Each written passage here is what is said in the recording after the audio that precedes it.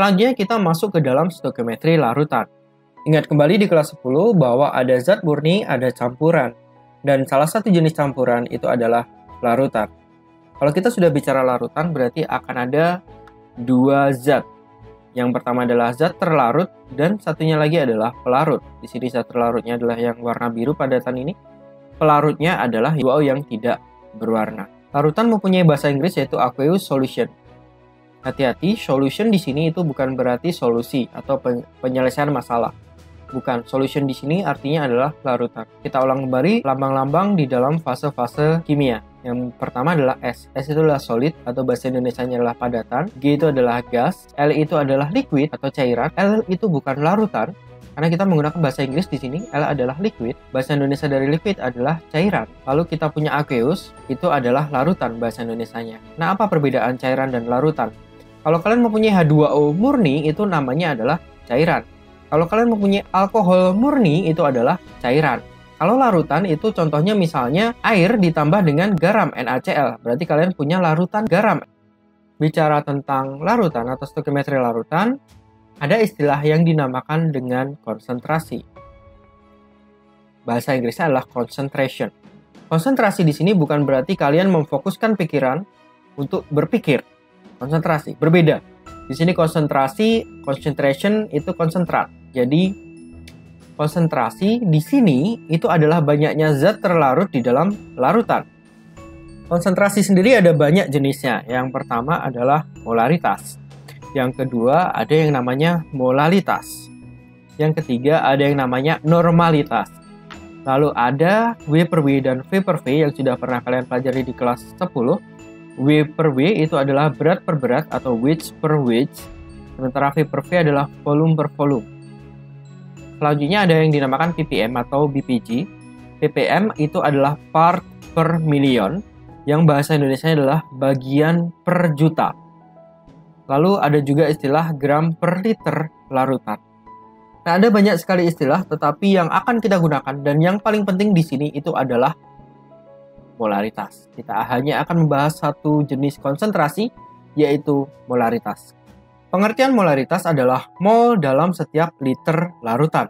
Volume larutan itu adalah volume pelarut ditambah dengan volume zat terlarut. Hati-hati bahwa volume larutan tidak sama dengan volume pelarut. Dari pengertiannya, mol dalam setiap liter larutan berarti rumus dari molaritas itu adalah mol dibagi dengan liter larutan. Coba kita tes.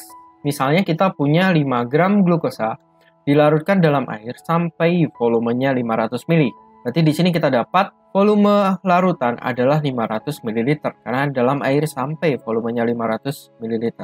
Kasus yang kedua, 5 gram glukosa dilarutkan dalam 500 ml air. 500 ml adalah volume pelarut.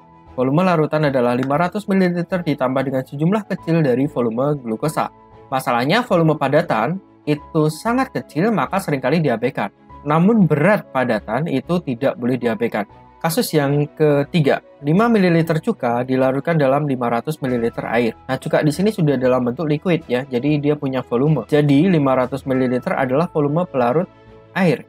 Volume larutan adalah 500 ml ditambah 5 ml. Sebagian besar pelarut itu adalah air, karena air adalah pelarut universal. Dia bisa melarutkan hampir segala jenis zat. Nah, sekarang kita akan belajar bagaimana cara konversinya.